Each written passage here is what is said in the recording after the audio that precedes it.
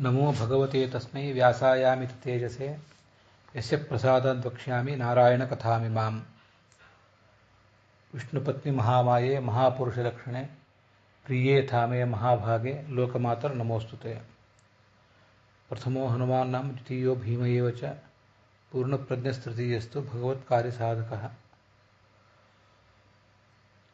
ಮಿಥ್ಯಾಸಿದ್ಧಾಂತ ದುರ್ಧ್ವಾಂತ ವಿಧ್ವಂಸನ ವಿಚಕ್ಷಣಃ ಜಯತೀರ್ಥಾಖ್ಯತರಣಿರ್ಭಾಸತಾಮ್ನೋ ಹೃದಂಬರೆ. ಆಸೇತೋ ರಾತುಷಾರಾದ್ರೇ ಯೋ ದಿಶೋ ಜಿತವಾನ್ಮುಹುಃ ಸತ್ಯಧ್ಯಾನ ಗುರುಃ ಪಾತು ಯತೀಂದ್ರೈರಪಿ ಪೂಜಿತಃ. ಇದು ಸತ್ಯಧ್ಯಾನ ತೀರ್ಥರ ಆರಾಧನೆ ಆದ್ದರಿಂದ ಅವರ ಸ್ಮರಣೆ ಮಾಡಿಕೊಂಡಿದ್ದೇನೆ. ನಾವಿವತ್ತು 20ನೇ ಸೂತ್ರ, 1ನೇ ಅಧ್ಯಾಯದ 2ನೇ ಪಾದದ 20ನೇ ಸೂತ್ರ ನಾವು ನೋಡಬೇಕಾದದ್ದು. ಶಾರೀರಶ್ಚ ಉಭಯೇಪಿ ಭೇದೇನ ಏನ ಮಧೀಯತೆ ಅಂತ 20ನೇ ಸೂತ್ರ.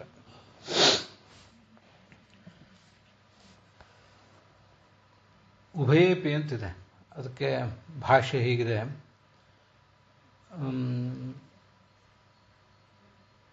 ಬೃಹದಾರಣ್ಯಕ ಉಪನಿಷತ್ತು, ಇದು ನಾನು ಹಿಂದೆ ಹೇಳಿದಂತೆ ಶುಕ್ಲ ಯಜುರ್ವೇದಕ್ಕೆ ಸಂಬಂಧಪಟ್ಟಿದೆ. ಆ ಶುಕ್ಲ ಯಜುರ್ವೇದದಲ್ಲಿ ಮಾಧ್ಯಂಧಿನ ಪಾಠ ಮತ್ತು ಕಾಣ್ವ ಪಾಠ, ಹೀಗೆ 2 ಪಾಠಗಳಿವೆ.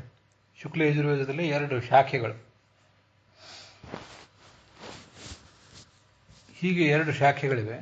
ಅದರಲ್ಲಿ ಇಬ್ಬರೂ ಕೂಡ, ಆ ಮಾಧ್ಯಂಧಿನ ಪಾಠದವರು ಹಾಗೆ ಕಾಣ್ವ ಪಾಠದವರು ಇಬ್ಬರೂ ಕೂಡ ಈ ಭಗವಂತನನ್ನು ಉಳಿದ ತತ್ವಗಳಿಗಿಂತ ಭಿನ್ನ ಅಂತಲೇ ಹೇಳ್ತಾರೆ. ಉಪನಿಷತ್ತಿನಲ್ಲೇ ಹಾಗೇ ಇದೆ. ಅಪೌರುಷೇಯವಾದ ಉಪನಿಷತ್ತಿನಲ್ಲೇ ಹಾಗೇ ಇದೆ. ಉಳಿದವರು ಅದನ್ನು ಉಪನಿಷತ್ತನ್ನು ಪರಂಪರೆಯಿಂದ ಅಧ್ಯಯನ ಮಾಡಿಕೊಂಡು ಬಂದವರು ಕೂಡ ಹಾಗೇ ಮಾಡ್ಕೊಂಡು ಬಂದಿದ್ದಾರೆ ಅಂತ ಅದರ ತಾತ್ಪರ್ಯ. ತತ್ವಪ್ರಕಾಶಿಕ ಗಮನಿಸಿರಿ. ಯಜ್ಜೀವ ಅಂತರ್ಯಾಮಿತ್ಯುಕ್ತಂ. ಜೀವನನ್ನೇ ಅಂತರ್ಯಾಮಿ ಅಂತ ಕೆಲವರು ಹಿಂದೆ ಪೂರ್ವಪಕ್ಷ ಮಾಡಿದ್ದರು. ಅದನ್ನು ನಾವೀಗಾಗಲೇ ಖಂಡನೆ ಮಾಡಿದ್ರೂ ಕೂಡ ಇನ್ನೂ ಒಂದು ರೀತಿಯಿಂದ ಖಂಡನೆ ಮಾಡಲಿಕ್ಕೆ ಹೊರಟಿದ್ದಾರೆ. ಮತ್ತೊಂದು ವಿಶೇಷ ಯುಕ್ತಿಯ ಮೂಲಕ ಖಂಡನೆ ಮಾಡಲಿಕ್ಕೆ ಹೊರಟಿದ್ದಾರೆ. ಆ ಮಾಡುವ ಸೂತ್ರವನ್ನು ತೋರಿಸಿ ನಮಗೆ ಆಚಾರ್ಯರು ಅದನ್ನು ವ್ಯಾಖ್ಯಾನ ಮಾಡ್ತಾ ಇದ್ದಾರೆ ಭಾಷ್ಯದಲ್ಲಿ. ಯತ್ ಜೀವ ಅಂತರ್ಯಾಮಿ ಇತ್ಯುಕ್ತಂ, ಜೀವನನ ಅಂತರ್ಯಾಮಿ ಅಂತ ಹೇಳಿದ್ರಲ್ಲ, ತದಪಿ ಸಂಸಾರಿತ್ವಾದಿ ಅತದ್ಧರ್ಮಾಭಿಲಾಪಾದಿನ. ಸಂಸಾರಿತ್ವ ಅಂತನೂ ಮೊದಲಾದ ಗುಣ ಏನಿದೆಯಲ್ಲ, ಅವೆಲ್ಲ ಜೀವ ಮೊದಲಾದವರ ಗುಣಗಳು. ಸಂಸಾರದಲ್ಲಿ ಬದ್ಧನಾದವನು ಜೀವ. ಅವು ಭಗವಂತನಲ್ಲಿ ವರ್ಣನೆ ಮಾಡಿಲ್ಲ. ಭಗವಂತನಲ್ಲಿರಬೇಕಾದ ವಿಶಿಷ್ಟ ಧರ್ಮಗಳನ್ನು ಮಾತ್ರ ವರ್ಣನೆ ಮಾಡಿದ್ದಾರೆ. ಜೀವನಲ್ಲಿರುವ ಧರ್ಮಗಳನ್ನು ಭಗವಂತನಲ್ಲಿ ವರ್ಣಿಸಿಲ್ಲ. ಆದ್ದರಿಂದ ಇಲ್ಲಿ ಅಂತರ್ಯಾಮಿ ಎಂಬುದಾಗಿ ಪ್ರತಿಪಾದಿತನಾದವನು ಜೀವ ಅಲ್ಲ.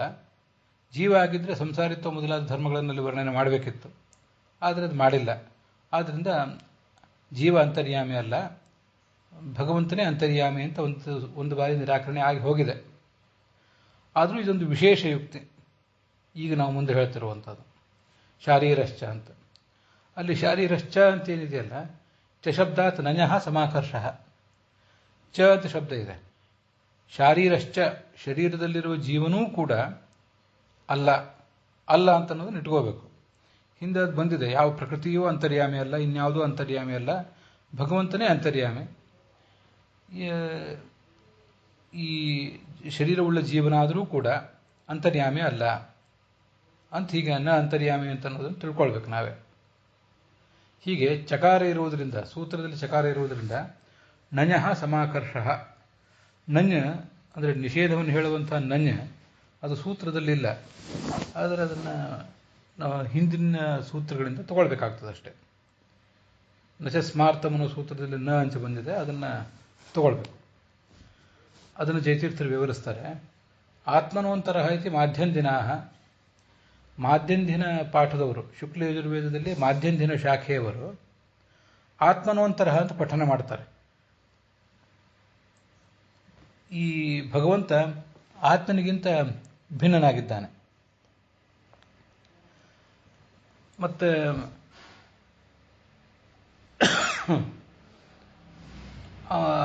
ಯಹ ಆತ್ಮನಿ ತಿಷ್ಠನ್, ಆತ್ಮನಲ್ಲಿ ಇದ್ದಾನೆ ಮತ್ತು ಅವನಿಗಿಂತ ಭಿನ್ನನಾಗಿದ್ದಾನೆ ಅಂತ ಹೀಗೆಲ್ಲ ಅಲ್ಲಿ ಪಠನ ಬಂದಿದೆ.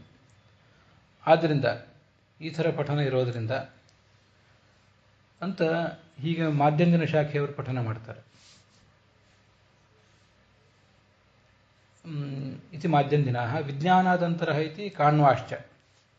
ಮತ್ತು ನಾವು ಇನ್ನೊಂದು ಕಾಣುವ ಪಾಠ ಏನಿದೆ, ಕಣ್ಣು ಶಾಖೆಯವರು ಬೃಹದಾರಣ್ಯಕ ಉಪನಿಷತ್ತಿನ ಪಾಠವನ್ನೇನು ಅನುಸರಿಸ್ತಾರೆ, ಅವರು ಕಾಣುವರು ವಿಜ್ಞಾನಾದಂತರ ಅಂತ ಅದನ್ನು ಓದ್ತಾರೆ. ಕಾಣ್ವಾಶ್ಚ ಜೀವಾಂತರ್ಯಾಮಿಣ ಜೀವಂ ಅಂತರ್ಯಾಮಿಣ ಸಕಾಶಾತ್ ಭೇದೇನ ಅಧೀಯತೆ. ಜೀವನನ್ನು ಅಂತರ್ಯಾಮಿಯಾದ ಭಗವತ್ ತತ್ವಕ್ಕಿಂತ ಭಿನ್ನ ಎಂಬುದಾಗಿಯೇ ಪಠನ ಮಾಡ್ತಾ ಇದ್ದಾರೆ. ಭೇದಪೂರ್ವಕವಾಗಿ ಅಧೀಯತೆ ಪಠನ ಮಾಡ್ತಾ ಇದ್ದಾರೆ. ಪಠನ ಮಾಡುವುದು ಅಂದರೆ, ಅಧ್ಯಯನ ಮಾಡುವುದು ಅಂದರೆ ಅದನ್ನು ಉಪನಿಷತ್ತನ್ನು ಪಾರಾಯಣ ಮಾಡುವಾಗ ಅರ್ಥ ಸಮೇತವಾಗಿ ಹಾಗೆ ಪಾರಾಯಣ ಮಾಡ್ತಾರೆ. ಅತಃ ನ ಶಾರೀರಶ್ಚ ಅಂತರ್ಯಾಮಿ ಇತ್ಯರ್ಥಃ. ಆದ್ದರಿಂದ ಈ ಶಾರೀರನು ಕೂಡ ಅಂತರ್ಯಾಮಿ ಅಲ್ಲ ಅಂತ ಅದರ ತಾತ್ಪರ್ಯ. ಆತ್ಮನಃ ಸಕಾಶಾತ್ ಅಂತರಃ ವಿವಿಕ್ತಃ. ಈಗ ನಾವು ಈ ಉಪನಿಷತ್ ಭಾಷೆದ ಕನ್ನಡ ಅನುವಾದ ಇತ್ಯಾದಿಗಳನ್ನೇ ನೋಡ್ತೀವಲ್ಲ, ಅಥವಾ ವ್ಯಾಖ್ಯಾನಗಳನ್ನೇ ನೋಡ್ತೀವಲ್ಲ, ಇವೆಲ್ಲ ನಾವು ನೋಡ್ತಿರುವುದು ಕಾಣುವ ಪಾಠಕ್ಕೆ ಅನುಸಾರವಾದದ್ದಿದೆ. ಅದರಿಂದ ಅಲ್ಲೆಲ್ಲ ಆ ವಿಜ್ಞಾನ ಅಂತ ಇರ್ತದೆ. ಮಾಧ್ಯಂದಿನ ಪಾಠದಲ್ಲಿ ಬೇರೆ ಉಪನಿಷತ್ತು ಎಲ್ಲಿಯಾದರೂ ಸಿಕ್ಕರೆ ಅದರಲ್ಲಿ ಆತ್ಮನಃ ಅಂತ ಇರ್ತದೆ. ಸಿಕ್ಕರೆ ಅಂತ ನಾನು ಹೇಳಿದ್ದು ಅದು ಇದ್ದೇ ಇದೆ, ಉಪನಿಷತ್ತು ಇದ್ದೇ ಇದೆ. ನಾವು ಅನುಸರಿಸುವುದು ಕಾಣುವ ಪಾಠದ್ದು ಅಂತ ಹೇಳಿದೆ ಅಷ್ಟೆ. ಅಲ್ಲಿ ಯಹ ಆತ್ಮನಿ ತಿಷ್ಠನ್ ಆತ್ಮನಃ ಅಂತರಃ ಅಂತಿದೆ. ಆತ್ಮನಿ ತಿಷ್ಠನ್, ಆತ್ಮನೊಳಗಿದ್ದಾನೆ. ಆತ್ಮನಃ ಅಂತರಃ ಅಂತಂದರೆ ಅವನಿಗಿಂತ ಭಿನ್ನ, ಆತ್ಮನಿಗಿಂತ ಭಿನ್ನನಾಗಿದ್ದಾನೆ. ಇಲ್ಲಿ ಆತ್ಮ ಅಂತ ಬಂತಲ್ಲ, ಆತ್ಮ ಅಂದರೆ ಈ ಚತುರ್ಮುಖ ಬ್ರಹ್ಮನಿಗೆ ಅದು ಆತ್ಮ ಅಂತನ್ನುವಂಥ ಶಬ್ದ. ಆ ಆತ್ಮನಿಗಿಂತ ಅವನು ಭಿನ್ನನಾಗಿದ್ದಾನೆ. ಆ ಚತುರ್ಮುಖ ಬ್ರಹ್ಮನನ್ನೇ ಜೀವ ಅಂತ ಹೇಳಿರೋದು. ಅವನು ಕೂಡ ಸಂಸಾರದಲ್ಲಿ ಬದ್ಧನಾದಂಥ ಒಬ್ಬ ಜೀವ, ಮತ್ತು ಎಲ್ಲ ಜೀವ ಕೋಟಿಯ ಪ್ರತಿನಿಧಿ ಅವನು. ಅವನಿಗಿಂತ ಭಿನ್ನನಾಗಿದ್ದಾನೆ ಭಗವಂತ ಅಂತ ಅದರ ತಾತ್ಪರ್ಯ.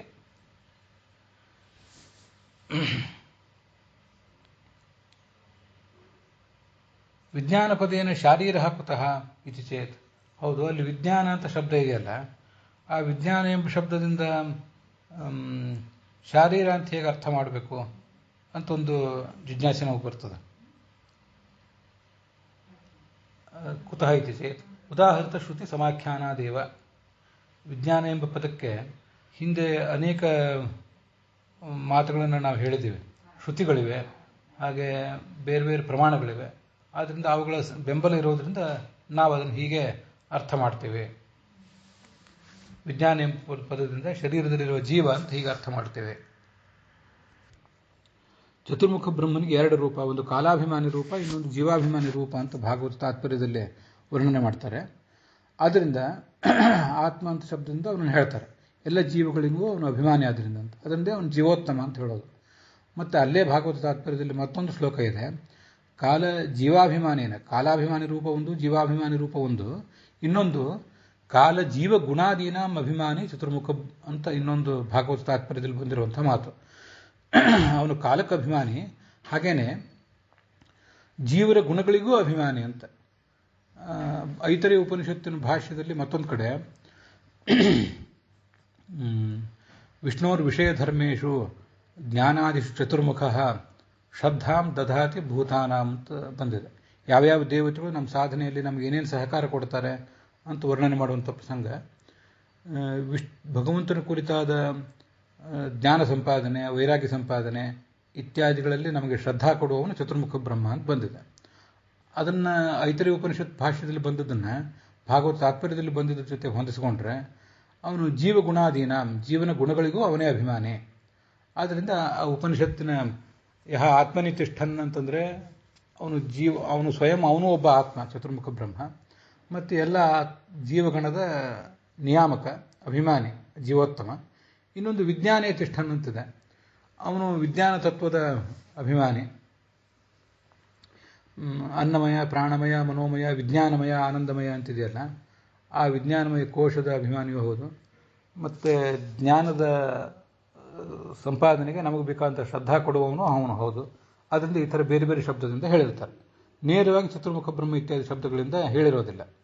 ಅದಕ್ಕೆ ಮತ್ತೊಂದು ಕಾರಣ, ಯಾಕೆ ಈ ಥರ ಅಸ್ಪಷ್ಟವಾದ ಶಬ್ದಗಳಿಂದ ಹೇಳ್ತಾರೆ ಅಂದರೆ, ಅದಕ್ಕೆ ನಮ್ಮಲ್ಲಿ ಮತ್ತೊಂದು ಉತ್ತರ ಎಲ್ಲ ಪ್ರಸಂಗಕ್ಕೂ ಅನ್ವಿತ ಆಗುವಂಥದ್ದು ಇದ್ದೇ ಇದೆ. ಪರೋಕ್ಷ ಪ್ರಿಯಾ ಪರೋಕ್ಷ ಪ್ರಿಯಾಯ ದೇವಾ ಪ್ರತ್ಯಕ್ಷ ದ್ವಿಷಃ ಅಂತ ಎಲ್ಲವನ್ನೂ ಪರೋಕ್ಷವಾಗಿ ಹೇಳ್ತಾರೆ. ನೇರವಾಗಿ ಹೇಳೋದನ್ನು ವೇದಗಳು, ವೇದಾಭಿಮಾನಿ ದೇವತೆಗಳು ಅಪೇಕ್ಷೆ ಪಡೋದಿಲ್ಲ ಅಂತ ಮತ್ತೊಂದು ವಿಚಾರ ಇದೆ.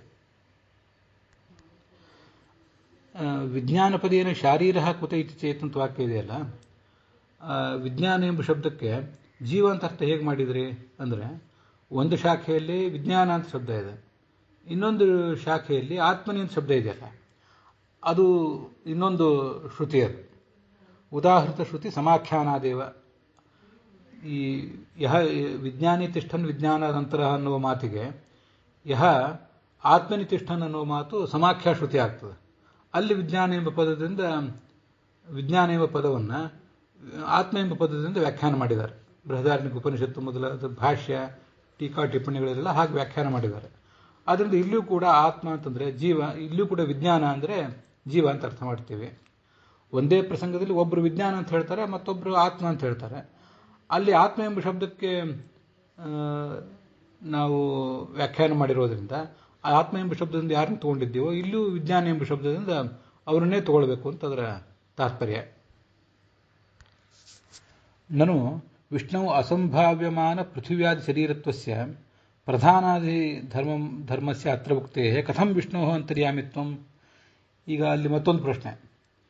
ಈ ಪೃಥಿವ್ಯಾದಿ ಶರೀರತ್ವವನ್ನು ಅಲ್ಲಿ ವರ್ಣನೆ ಮಾಡಿದ್ದಾರೆ. ಯಸ್ಯ ಪೃಥ್ವಿ ಶರೀರಂ, ಯಸ್ಯ ಆಪ ಶರೀರಂ, ಯಸ್ಯ ದಿಶ ಶರೀರಂ ಅಂತ ಹೀಗೆಲ್ಲ ವರ್ಣನೆ ಮಾಡಿದ್ದಾರೆ. ಸರಿ, ಅದೆಲ್ಲ ಯಾವುದೂ ಕೂಡ ವಿಷ್ಣುವಿನಲ್ಲಿ ಹೊಂದುವಂಥ ವಿಚಾರನೇ ಅಲ್ಲ. ಅದು ವಿಷ್ಣುವಿನಲ್ಲಿ ಅದು ಕೂಡೋದೇ ಇಲ್ಲ. ಹಿಂದೊಂದು ಸರಿ ನಾವು ಅದನ್ನು ಪ್ರಶ್ನೆ ಮಾಡಿದ್ವಿ ನಿಮ್ಮ ಬಗ್ಗೆ.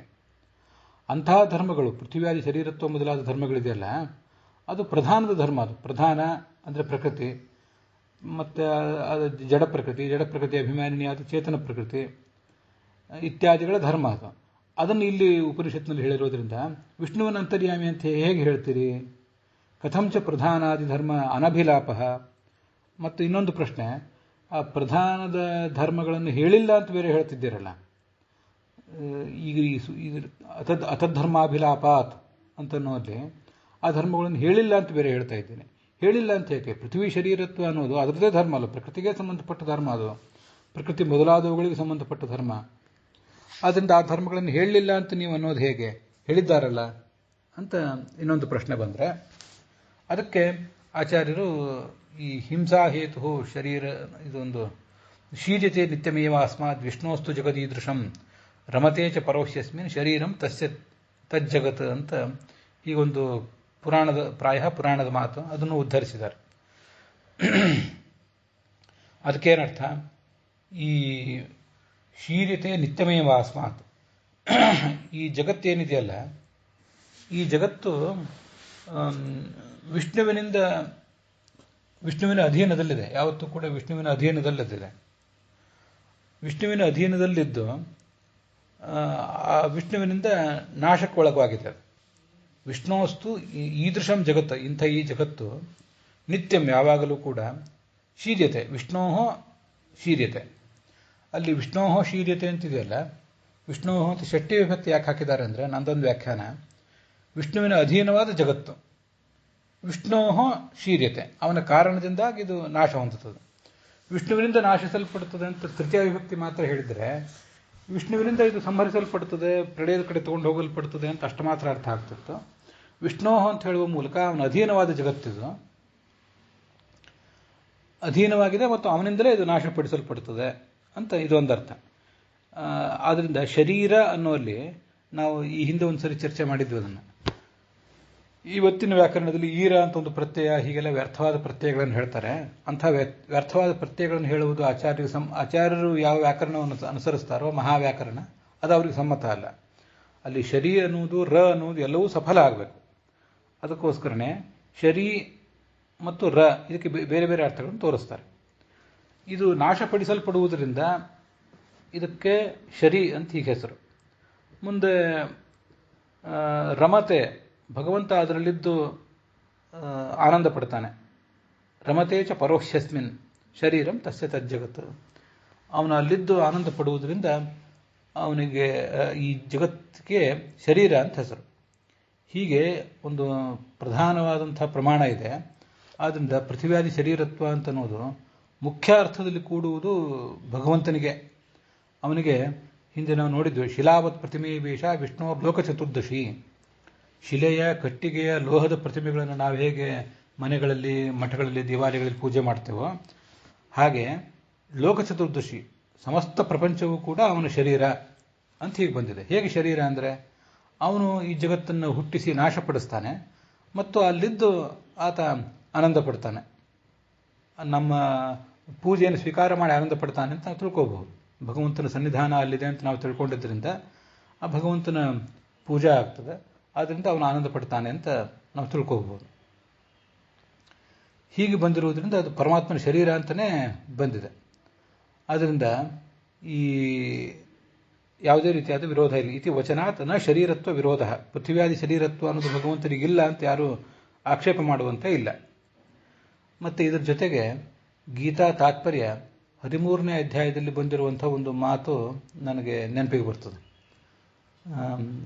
ಹಿಂಸಾ ಹೇತುಶ್ಚ ಜೀವಸ್ಯ ಪರೇಣ ಪ್ರೇರ್ಯತೆ ಚ ತತ್ ಅವ್ಯಕ್ತಾದಿ ಶರೀರಂತು ಅಂತ. ಇಷ್ಟು ನಮಗೆ ಅಲ್ಲಿ ಬೇಕಾದದ್ದು. ನೀವು ಅದನ್ನು ಗುರುತು ಮಾಡ್ಕೊಳ್ಬಹುದು ನಿಮ್ಮ ಪುಸ್ತಕದಲ್ಲಿ. ಆಚಾರ್ಯರು ಸರ್ವಮೂಲದಲ್ಲಿ ಶರೀರ ಅನ್ನೋ ಶಬ್ದಕ್ಕೆ ನಿರ್ವಚನ ಮಾಡಿ ತೋರಿಸಿದ 2 ಪ್ರಸಂಗಗಳಿವು. ಈ ಗೀತಾ ತಾತ್ಪರ್ಯ 13ನೇ ಅಧ್ಯಾಯ ಅಲ್ಲೇ ಅದು ಬಂದಿದೆ. ಈ ಅವ್ಯಕ್ತ ಮೊದಲಾದದ್ದು, ಅವ್ಯಕ್ತ ಮಹತ್ತತ್ವ ಮೊದಲಾದದ್ದೆಲ್ಲವೂ ಕೂಡ ಈ ಭಗವಂತನಿಗೆ ಶರೀರ ಅಂತ ಅನಿಸ್ಕೋತದೆ. ಯಾಕೆ ಶರೀರ ಅಂತಂದರೆ ಇದು ಇಲ್ಲಿ ನೋಡಿ ಬೇರೆ ಅರ್ಥ ಇದೆ. ಹಿಂಸಾ ಹೇತುಶ್ಚ ಜೀವಸ್ಯ, ಜೀವನಿಗೆ ಇದು ಹಿಂಸೆ ಮಾಡ್ತದಂತೆ. ಈ ಹಿಂದೆ ಬ್ರಹ್ಮಸೂತ್ರ ಭಾಷ್ಯದಲ್ಲಿ ನಾವು ನೋಡಿದ ಪ್ರಮಾಣ ಏನಿದೆ, ಇದು ಭಗವಂತನಿಂದ ನಾಶಪಡಿಸಲ್ಪಡುತ್ತದೆ ಅಂತ ಹೇಳಿದರು. ಈಗ ಹೇಳ್ತಾರೆ ಇದು ಜೀವನಿಗೆ ನಾಶ ತಂದು ಒಡ್ಡುತ್ತದೆ, ಅಂದರೆ ಜೀವನಿಗೆ ಇದು ಹಿಂಸೆ ಕೊಡ್ತದೆ. ಹಿಂಸಾ ಹೇತುಶ್ಚ ಜೀವಸ್ಯ, ಜೀವ ಅಂದರೆ ಚತುರ್ಮುಖ ಬ್ರಹ್ಮನಿಗೆ ಅದು ಹಿಂಸೆ ಕೊಡದೇ ಇರಬಹುದು. ಸಾಮಾನ್ಯ ಜೀವರಿಗೆ ಆ ಶರೀರದಲ್ಲಿ ಬದ್ಧರಾಗಿರುವುದು, ಶರೀರದಲ್ಲಿ ಬಂದಿರುವ ರೋಗಗಳನ್ನು ಅನುಭವಿಸುವ ಮೂಲಕ ದೊಡ್ಡ ಹಿಂಸೆ ಬರ್ತದಲ್ಲ, ಹೀಗದು ಜೀವಸ್ಯ ಹಿಂಸಾ ಹೇತು. ಮತ್ತು ಈರ ಅಂತಿದೆ ನೋಡಿ, ಈರ ಅನ್ನೋದು ಪ್ರೇರಣೆ ಅನ್ನೋದನ್ನು ತೋರಿಸ್ತದೆ. ಈರ ಗತವು ಕಂಪನಿ ಅನ್ಕೊಂತಿದೆ, ನಮಗದು ಈರ ಅಂತ ಅನ್ನೋದು ಪ್ರೇರಣೆ ಅನ್ನೋ ಅರ್ಥ ಪ್ರಸಿದ್ಧವಾಗೇ ಇದೆ. ಅದನ್ನು ನಾವು ಹೊಸದಾಗಿ ಏನು ಪ್ರತಿಪಾದನೆ ಮಾಡಬೇಕಾಗಿಲ್ಲ. ಹೀಗೆ ಶೀರ್ಯತೆ ಅಲ್ಲ, ಶೃಣಾತಿ ಇಲ್ಲಿ ಕರ್ತರಿ ಪ್ರಯೋಗದಲ್ಲಿ ಮಾಡಬೇಕು. ಶೃಣಾತಿ ಜೀವಂ, ಜೀವನನ್ನು ಹಿಂಸೆ ಮಾಡುವುದರಿಂದ ಅದು ಶರ್. ಮತ್ತೆ ಈರ್ಯತೆ ಭಗವಂತನಿಂದ ಪ್ರೇರಿಸಲ್ಪಡ್ತದೆ, ಪರೇಣ ಸರ್ವೋತ್ತಮನಾದ ಭಗವಂತನಿಂದ ಪ್ರೇರಿಸಲ್ಪಡ್ತದೆ. ಹೀಗೆ ಶರ್ಚ ಈರಂಚ, ಶರ್ಚ ಅಂಥೇಳಿ ಅಥವಾ ಶರಚ ಅಂತ ಹೇಳಿ, ಅದೇ ಅಲ್ಲಿ ಆ ವ್ಯಾಕರಣ ದೃಷ್ಟಿಯಿಂದ ಶರ ಪ್ಲಸ್ ಈರ ಅದು ಶರೇರ ಅಂತ ಗುಣಸಂಧಿ ಏನಾಗಬೇಕಾಗಿಲ್ಲ. ಅದನ್ನವರು ಕೆಲವು ಕಡೆ ಅಂಥ ಯಾವುದಾದ್ರು ಒಂದು ಎಕ್ಸ್ಟ್ರಾ ಶಬ್ದ ಬಂದಿದ್ದರೆ ಅದಕ್ಕೆ ಲೋಪ ಹೇಳ್ತಾರೆ. ಆದ್ದರಿಂದ ಶರ್ಚ ಈರಂಚ ಅಂತಲೂ ಹೇಳಿ ಅಥವಾ ಶರಚ ಈರಂಚ ಅಂತ ಆದರೂ ಹೇಳಿ ಅದು ಶರೀರ ಅಂತ ಶಬ್ದ ನಿಷ್ಪನ್ನ ಆಗ್ತದೆ. ಇದು ಗೀತಾ ತಾತ್ಪರ್ಯದಲ್ಲಿ ಬಂದಿರೋದು.